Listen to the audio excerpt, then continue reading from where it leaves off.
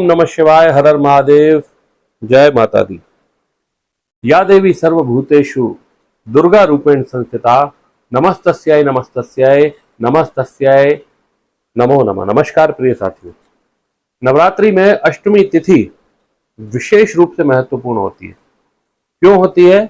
क्योंकि शास्त्र मान्यता के अनुसार नवरात्र में अष्टमी के दिन ही माता दुर्गा ने चंडमुंड नामक राक्षसों का वध किया था और इस दिन व्रत रखने और पूजा करने से संपूर्ण नवरात्रि के पुण्य का फल प्राप्त होता है।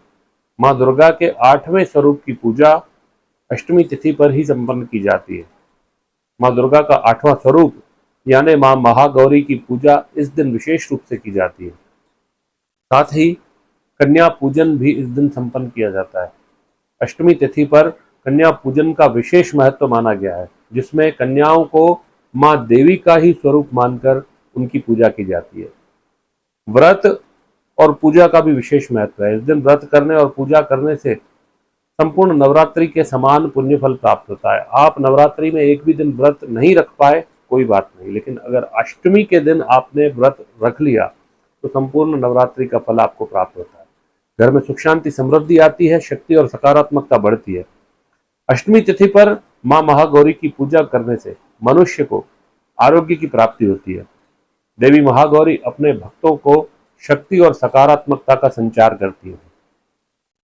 इस वर्ष शुभ मुहूर्त के अनुसार पूजा पाठ करने से विशेष फल की प्राप्ति होगी। अष्टमी तिथि की शुरुआत कब है और समापन कब है?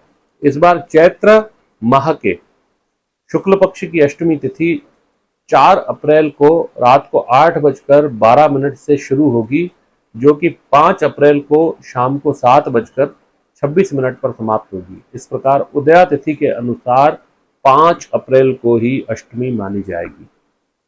इस दिन कन्या पूजन का भी विशेष मुहूर्त है।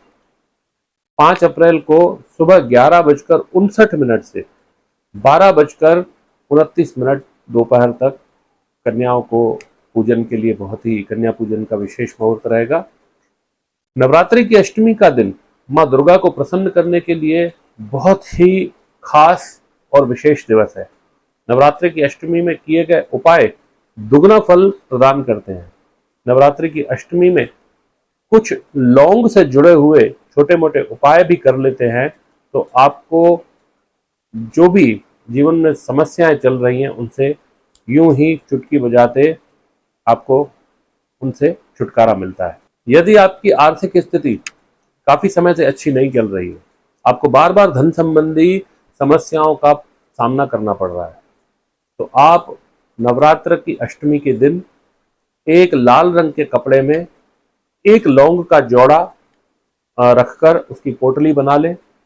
फिर वह पोटली मां दुर्गा के सामने अष्टमी के दिन रख दें और फिर दूसरे दिन यानी नवमी के दिन उस पोटली को उठा करके उसकी पूजा करके और अपने धन रखने के स्थान तिजोरी इत्यादि में, अलमारी वगैरह में रख सकते हैं।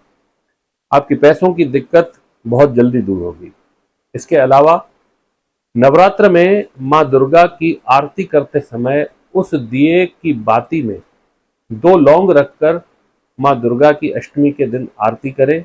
ऐसा करने से घर में से नकारात्मकता दूर होती ही है, साथ ही सुख समृद्धि का भी वास होता है। यदि किसी को बार बार नजर लग जाती है, उसके काम नहीं बन रहे हैं, बार बार तरक्की में बाधा आ रही है, नवरात्रि की अष्टमी के दिन लौंग का जोड़ा लेकर अपने सिर से पैर तक 7 बार उल्टा उतार लें और फिर उस लौंग के जोड़े को अष्टमी के दिन मां दुर्गा के किसी भी मंदिर में जाकर उनके चरणों में अर्पित कर दें। ऐसा करने से आपको आपके करियर में तरक्की, कार्य में सफलता और धन की प्राप्ति शुरू हो जाएगी। नवरात्रि में इस बात का भी विशेष ख्याल रखें कि अगर आपको कोई भी व्यक्ति लौंग प्रसाद के रूप में भी दे तो उसको भूलकर भी ग्रहण ना करें। यदि ग्रहण कर लिया है तो फिर उसको किसी मंदिर में छोड़ आए या बहते जल में प्रवाहित कर दें, अन्यथा आपको काफी परेशानियों का सामना करना पड़ सकता है।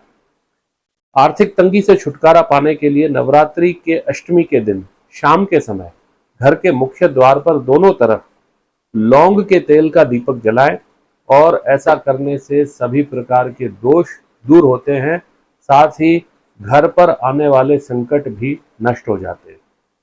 तो साथियों, यह थी नवरात्रि के अष्टमी से जुड़े हुए कुछ विशेष लौंग से संबंधित उपाय, जिनको करके आप अपने जीवन में सुख समृद्धि को प्राप्त कर सकते हैं। ऐसे ही विशेष उपाय और विशेष जानकारियां प्राप्त करते रहने के लिए चैनल को सब्सक्राइब करें, बेल आइकन पर भी प्रेस करें, ताकि समय समय पर महत्वपूर्ण जानकारियां आपको इसी प्रकार से प्राप्त होती रहे। ओम नमः शिवाय, हर हर महादेव, जय माता दी।